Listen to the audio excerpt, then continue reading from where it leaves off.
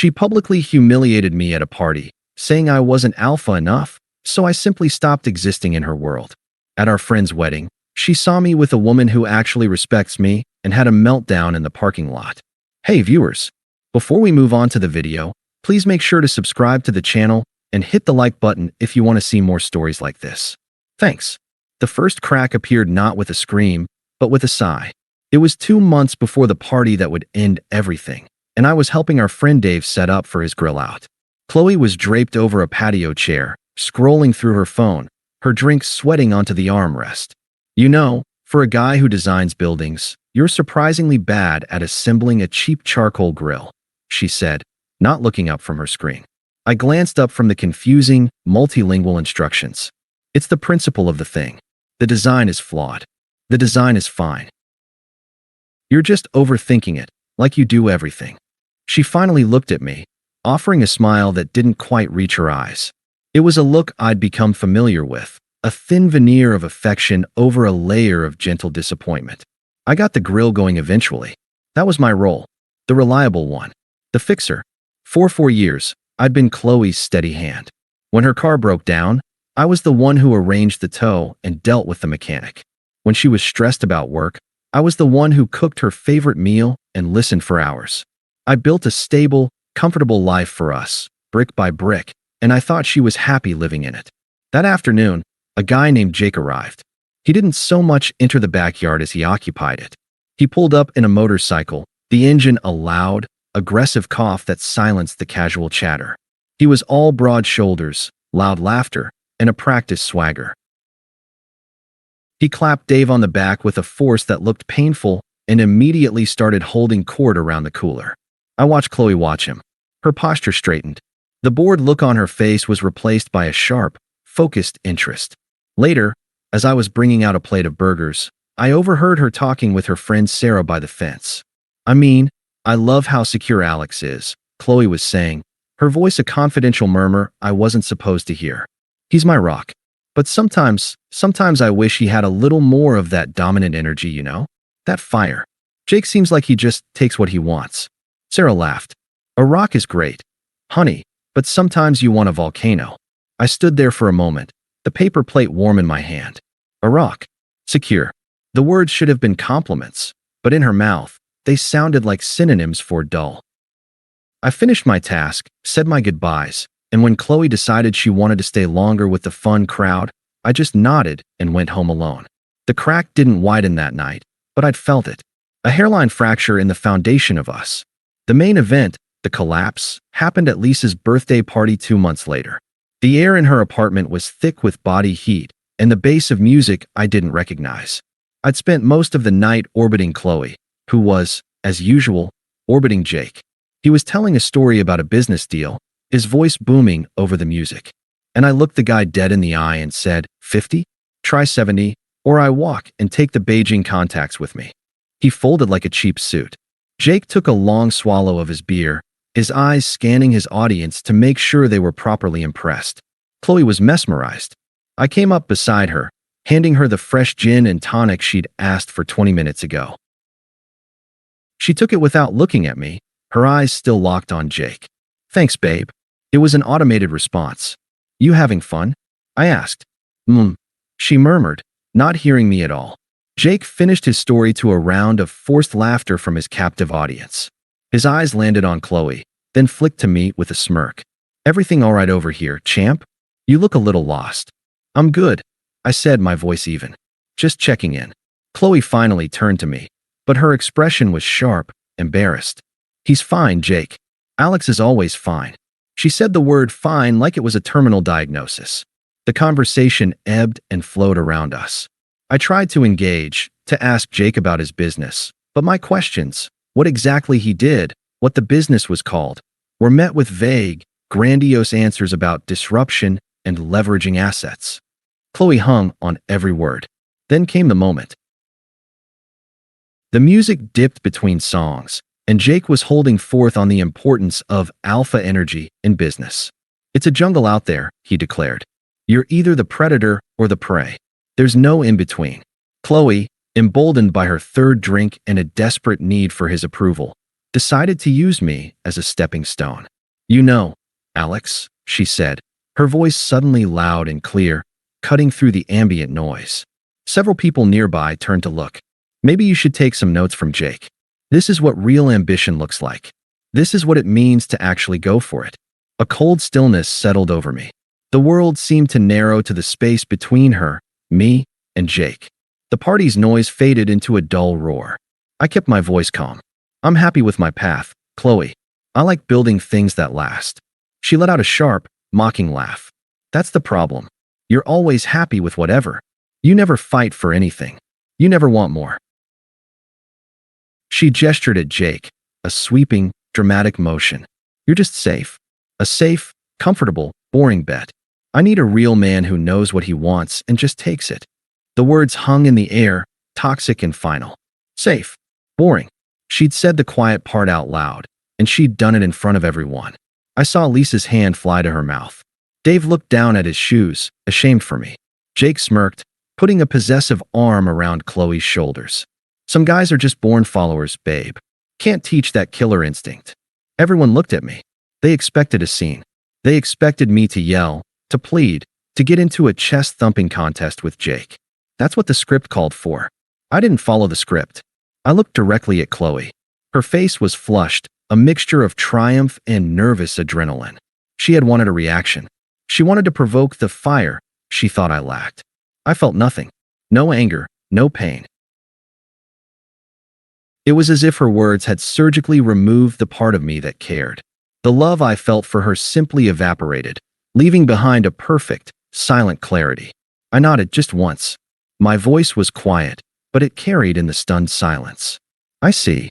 I set my half-finished beer bottle carefully on a nearby bookshelf. I didn't look at Jake. I didn't look at any of our muttering, gawking friends. I just walked to the hall closet, retrieved my jacket, and walked out the front door.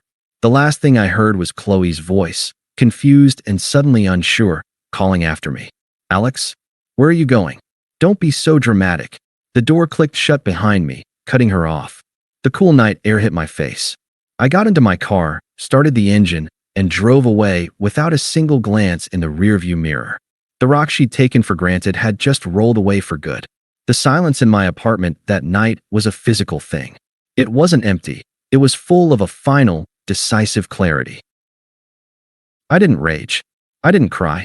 I felt clean, as if a tumor I hadn't known I was carrying had been neatly excised. I slept deeply for the first time in months. The next morning, I was methodical. I packed a go bag, a week's worth of clothes, toiletries, my passport, and my important documents. I was operating on a calm, focused autopilot. I knew the script. I just had to wait for my cue.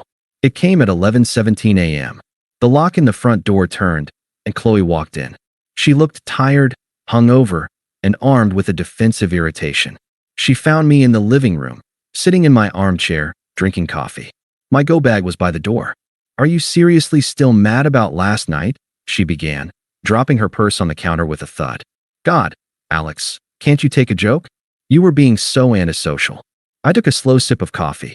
It wasn't a joke. And I'm not mad.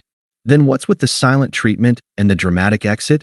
She scoffed, putting her hands on her hips. If you have something to say, man up and say it. I am, I said, my voice disturbingly even to my own ears. I'm leaving. You made it perfectly clear what you value, and it's not me. It's not this. I gestured vaguely at the apartment we'd shared for 3 years. Her eyes widened, then narrowed in confusion. This wasn't following the established pattern. I was supposed to be hurt, to seek reassurance, to beg for a return to the status quo. My calm was more disconcerting to her than any anger could have been. So you're breaking up with me? She asked, her voice rising an octave. Over one comment. You're being pathetic. It was a party, Alex. People say things. No. I corrected her gently. You ended this last night. In front of all our friends. I'm just making it official. The word official seemed to trigger a different, more entitled anger in her. Her face hardened. Fine. Go. See if you can find anyone else who'll put up with your passive bullshit. You think you're too good for me? You think you can do better? I didn't answer. I just watched her, which infuriated her more. You know what? She spat, grabbing for the nuclear option she thought would shatter my composure. Jake and I are going to Miami next week anyway. He booked us a suite. So don't think you're leaving me with nothing. I simply nodded. I hope you have a nice time. My utter indifference was the final straw. She let out a sound of pure frustration, snatched her purse back up, and stormed out, slamming the door so hard the frame shook. The silence returned, more profound than before. I stood up. My movements were precise, unhurried. I took the key I had already placed on the kitchen counter, walked to the front door, and slid it under the gap into the hallway. It landed with a soft, metallic click. Then, I picked up my bag, walked out, and closed the door behind me for the last time. I didn't look back. There was nothing in that apartment for me anymore. It was just a set from a play that had ended. My first stop was a cell phone store. I got a new number. In the parking lot, I went through my contacts, blocking her number, her email, and all her closest friends on every social media app one had. I was a ghost, erasing his own footprints. I'd already rented a small, furnished apartment across town the day after the grill-out incident, a quiet, just-in-case plan my architect's brain had insisted on. I moved in that afternoon. The space was blank, anonymous, and utterly mine. There were no memories here, no echoes of disappointment, just quiet potential. I sat on the floor, leaning against the bare wall, and let the silence breathe. The unfairness of it all was a fact, not a feeling. I had been loyal. I had been committed. I had built a life for us, and she had treated it, and me, as a consolation prize. But the anger didn't come. Instead, a profound sense of peace settled over me. The problem was solved. The equation was balanced. I was zero, and zero had no baggage. The first wave of communication came that same night, as I knew it would. My old phone, now relegated to a desk drawer as a backup, lit up with a voicemail notification. I listened, my expression unchanging. Beep. Alex, it's me. Look, I'm sorry I stormed out. But you can't just leave. This is our home. Call me back so we can talk about this like adults. This is ridiculous. Her tone was a mixture of annoyance and performative maturity. She still believed this was a negotiation. I deleted the voicemail. The text started the next day, a digital barrage against my fortress of silence. Unknown number. You're really going to ignore me? After 4 years? You're such a child. Unknown number. I'm staying at Sarah's. Jake's trip got moved up. We leave for Miami tomorrow. Have fun being alone. Unknown number. You're really going to let me go to another country upset? Unbelievable. I watched them come in, one after another. They were like stones thrown into a deep, still well. I heard the impact, but the well was too deep for them to disturb the water at the bottom. After the third one, I blocked the number. A week of blessed silence passed. I settled into a new routine. I went to work. I came home to my quiet apartment. I started reading again. I went to the gym. The world, I discovered, was remarkably peaceful when it wasn't being filtered through Qley's constant, low-grade dissatisfaction. Then, the second wave hit. A new number. The tone had shifted. New unknown number. Alex, please. I know it's you reading this. We need to talk. Miami was the mistake. New unknown number. Jake is not what I thought he was. He's so aggressive. He yelled at a waiter, and it was so embarrassing. Can we please just talk? New unknown number. I'm back. I'm at the apartment. Where are all your things? Your closet is empty? What the hell? I could almost see the panic setting in. The alpha energy she craved was showing its true colors. It was just aggression. The volcano she wanted was starting to scorch her. I didn't respond. My silence was my answer. A few days later, her mother, Carol, called my new number. I had anticipated this. The flying monkey deployment. Alex, this is Carol. Her voice was sharp, laced with the same entitlement her daughter possessed. What is the meaning of this? Qley is heartbroken. You can't just abandon her and empty your shared home without a conversation. It's incredibly cruel. Hello, Carol, I said, my voice polite but sterile. This is a matter between Qley and me. It's being handled. I'd appreciate it if you'd respect that this is no longer your concern. There was a sputter on the other end of the line. Not my concern. She is my daughter. We treated you like family. And I appreciated that. I said, the finality in my tone absolute. Goodbye, Carol. I hung up. The text from Qley's new number became more desperate, the facade crumbling completely. New unknown number. Please. I'm not doing well.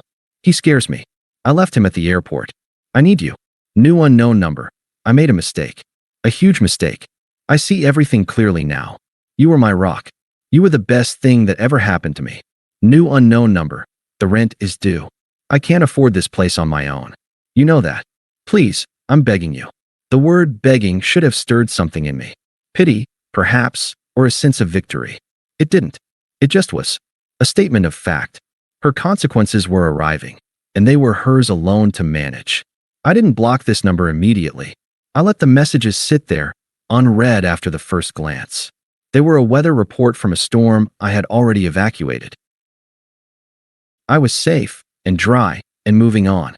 Her desperation was not my emergency. The desperate texts eventually stopped. The silence from my end was an impenetrable wall, and she had finally, it seemed, stopped throwing herself against it. I used the peace to build. My new apartment became a home. I framed prints I liked, bought a couch that was comfortable without being stylish, and cooked meals that I enjoyed. The silence was no longer empty. It was filled with my own choices. I reconnected with friends who had always been mine first, not ours. I took a weekend trip to the mountains with Dave, who, after a few beers, admitted, "Dude, what she did at that party, it was fucking savage." Everyone thought so. We just didn't know what to say. It was a small validation, but I didn't need it anymore. The court of public opinion had become irrelevant to me. Work became a refuge of pure logic and creation. I threw myself into a new project, a modern library, and the designs that flowed out of me were sharper, more innovative, more me than anything I'd produced in years. It was as if removing the constant, low-grade stress of managing Qley's happiness had unlocked a part of my brain. A month into my new life, I met Maya. It happened at a gallery opening for a local artist, an event I'd never have attended with Qley, who found such things pretentious. Maya was there alone, too, a freelance architect I'd seen at a few industry functions, but never properly spoken to. We got talking about the structural impossibility of one of the sculptures and ended up debating over coffee for an hour. She was sharp, witty, and had a calm confidence that didn't require an audience.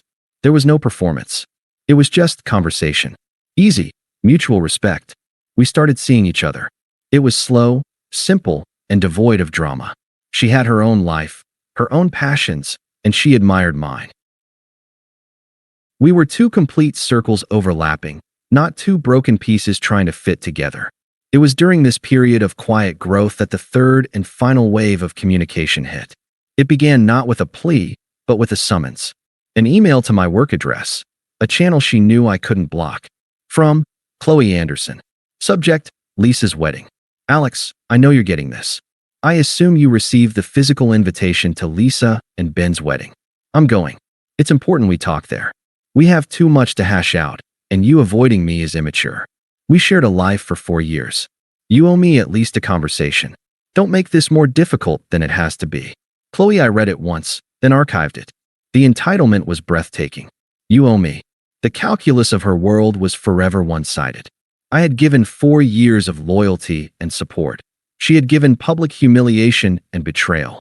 And in her mind, I was the one in debt.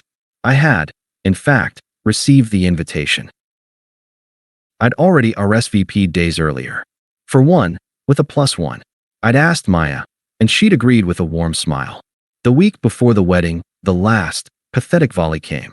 A voicemail on my old phone, her voice thick with tears that sounded real, but were now just another tool. Beep. Alex, it's me. God. He hit me. Jake. He slapped me at a bar because he thought I was flirting with the bartender. I have nowhere to go. My friends are sick of me. My mom just says, I told you so. You're the only good person I've ever known. You have to help me. You have to please. I have nothing left. There it was. The ultimate play. The consequence of her choice had become violent, and she was presenting the bill to me, her former emotional safety net. I felt a distant, clinical pity for the situation, the same way I might feel reading about a stranger in the news. But sympathy? The urge to rescue her? It was gone. Her well-being was no longer my responsibility. Her crisis was not my emergency. I deleted the voicemail. Then I took my old phone, placed it in a drawer, and forgot about it. The ghost of my old life had spoken its last words. The night before the wedding, I laid out my suit. Maya was sleeping over at her place, and we'd agreed to meet there. As I looked at my reflection in the dark window of my apartment, I didn't see the man Qley had humiliated. I saw someone calmer, stronger, and undeniably happier. I was no longer a rock for someone to stand on or complain about. I was the foundation of my own life. And tomorrow, she would see it. Lisa's wedding was at a vineyard, all soft sunlight and rolling green hills. It was beautiful. I felt calm as I walked in, Maya's hand resting comfortably in the crook of my arm. She wore a simple emerald green dress that made her look both elegant and approachable. "We can leave whenever you want," she murmured, giving my arm a slight squeeze. She knew the basics of the situation. "I'm exactly where I want to be," I said, and meant it. We found our table. I saw Dave, who gave me a wide grin and a thumbs up from across the room. I saw other mutual friends. There were hesitant smiles, curious glances at Maya, and then nods of approval. The air of pity I'd feared was absent. Instead, there was a quiet respect. I didn't have to look for Qley. I felt her arrival. A shift in the atmosphere, a small vortex of tension. She came in alone, wearing a dress that was a little too tight, a little too try-hard. She looked thin and drawn. Her eyes scanned the room, frantic, before landing on me. On us. The look on her face was a complex cocktail of shock, rage, and utter devastation. Maya was, by any objective measure, an upgrade. She possessed a quiet, self-assured grace that Qley's performative femininity could never touch. Qley spent the ceremony staring at the back of my head. I could feel the heat of her gaze, but I kept my eyes forward, my hand resting on Maya's. At the reception, we danced. We laughed. We talked with friends. I was present, genuinely enjoying myself. I wasn't performing happiness for Qley's benefit. I was simply living it. And that was the most powerful statement of all.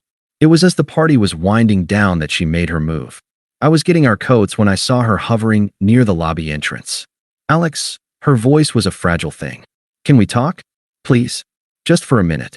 I looked at her. Really looked. The bright lights of the lobby were less kind than the soft reception lighting. She looked exhausted. "Okay," I said.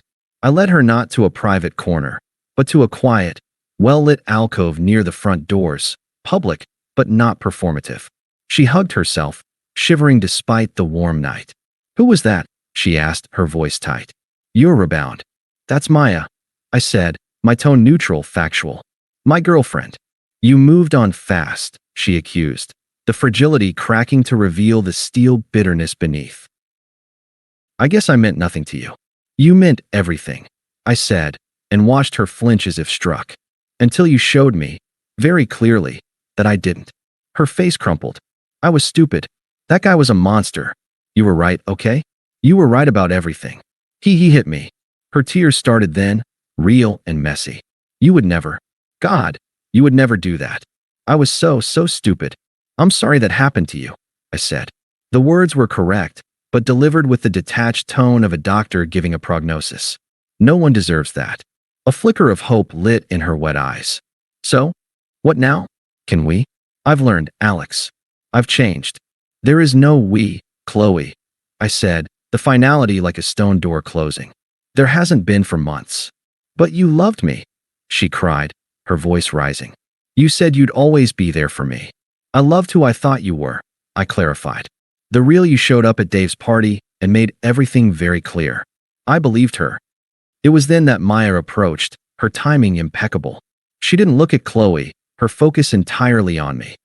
"The car's here whenever you're ready," she said softly, her hand coming to rest on my arm again, a gesture of pure, uncomplicated solidarity. "I'm ready," I said, turning back to Qley one last time.